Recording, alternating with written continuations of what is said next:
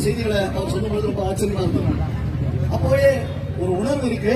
But இருந்தாலும் அதை பார்க்கும்போது ஒரு பிரமிப்பா இருக்கு. பாரதத்துக்கு இப்படி ஒரு வெற்றியாங்க.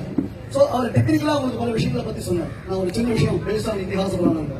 நமக்கு மே 10ஆம் தேதி அப்படின்றது வெற்றி, மிகப்பெரிய வெற்றியை கொடுத்ததான் ஒரு தினம்.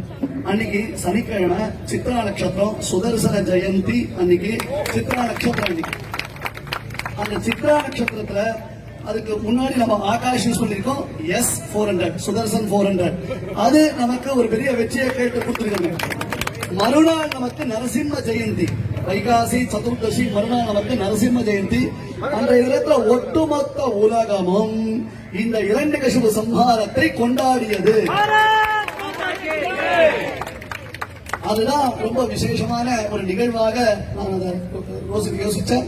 அன்றைய தினம் முழுக்க நாங்க எல்லாரும் உட்கார்ந்து பிரார்த்தித்தோம். எங்களுடைய சரண் சேவகரன் சம்பிரதாயம் லட்சணாபிமான் இந்த நிகழ்ச்சிக்கு ஏற்பாடு பண்ணியிருக்கக்கூடிய பாஞ்சலி ட்ரஸ்ட் அத்தனை பேரும் வீட்டுல ஒரு வழக்கை ஏற்றி வச்சு எல்லாரும் பிரார்த்தனை பண்ணி, உண்மையிலேயே நம்ம தேசத்துல இந்த பிரார்த்தனை சக்திங்கிறது உண்டு.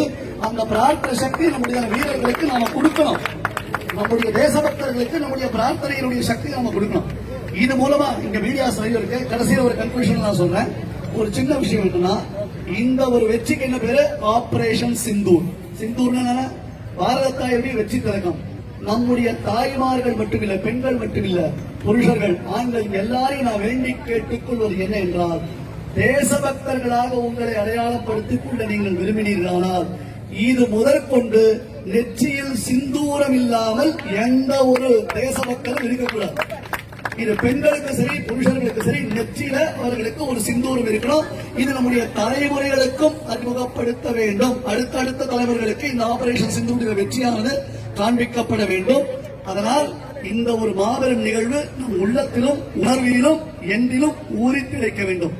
நம்முடைய வெற்றி வீரர்களுக்காகவும் இந்த ஆபரேஷன் சிந்தூர் நிகழ்வதற்கு காரணமாக இருந்த தங்கள் சிந்தூரத்தை இழந்த அந்த பெண்களுக்காகவும் 2 நிமிடம் மௌனமாக நாம் அப்படியே இருக்க வேண்டும் என்று கேட்டுக்கொள்கிறோம்.